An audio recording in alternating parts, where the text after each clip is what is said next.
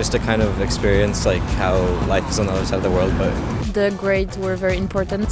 People from like all over the world. It's very interesting and very different from my home university. All of my classes have been in English, and I've had like a pretty good selection of classes. Hello everyone, this is Hemi from Korea Now. So do you remember this video? A lot of people were interested in life as a foreigner here in South Korea. So today we came back to the streets of Seoul to dive more into this topic and ask foreigners about their life as an international student here in South Korea.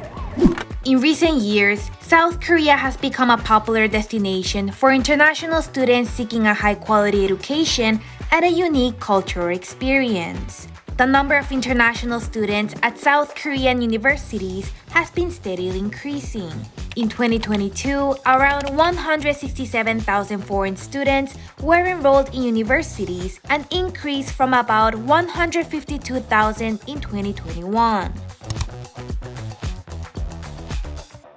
I wanted to go somewhere where I wouldn't go in the next 10 years otherwise, and I'd heard other people who had been here before, and they said it was amazing, and also the Korean wave, and Korea is kind of just everywhere in the world right now, so I was like, wow, this is an exciting time to go to Korea. more for cultural reasons than academic, maybe just to kind of experience like how life is on the other side of the world, but view how it is being in a place that's very different from what I've known.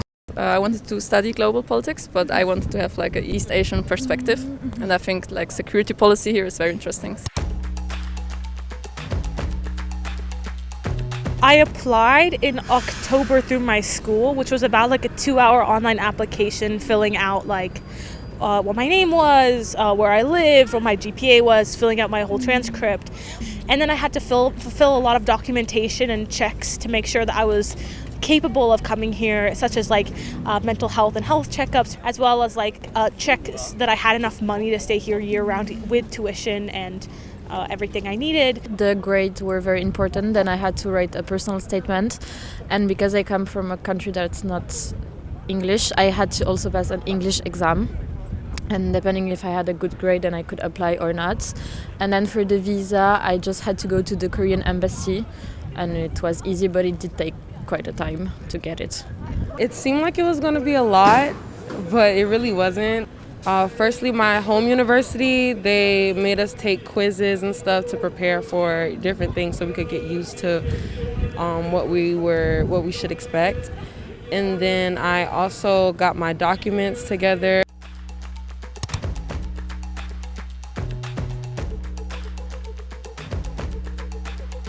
I think for me, it was also like the language, because like I said before, I didn't really know much about Korean culture and I didn't know the language at all. So that was like one of the most difficult things. I think that the single hardest problem though was just finding a place to rent. I didn't want to rent through Airbnb because it's aimed at Westerners and is generally a lot more expensive. So using like a Korean real estate agency is both really smart but also quite challenging, because you need to come in advance and like really figure stuff out on the go.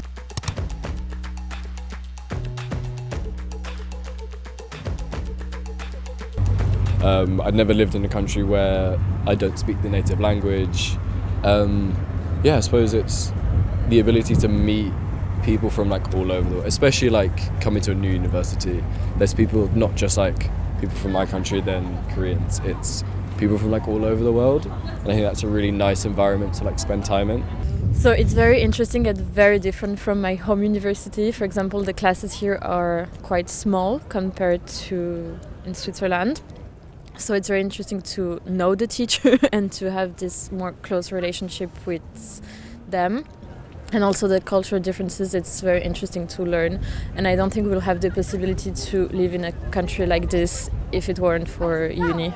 I think it gives you a really good perspective on how things are studying different here. I mean, like, it's very different from my home university, so kind of seeing like the perspective on how different countries might study the same thing was something that's really interesting to me.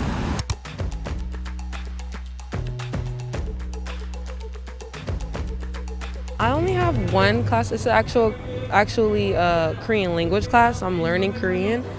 I did apply for a class that spoke Korean and no English, and I could have gotten through it, but also I can understand more than I can speak.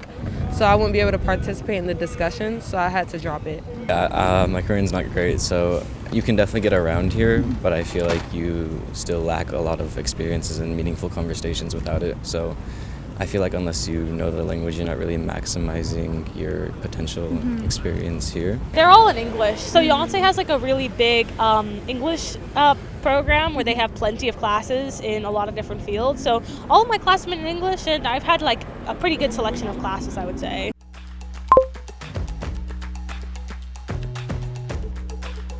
And I would say if you want to come to Korea, ultimately it's that your grades from first year are the most important thing. So try and study hard for first year if you want to go to Korea, because it's becoming more and more competitive of a place to want to go to.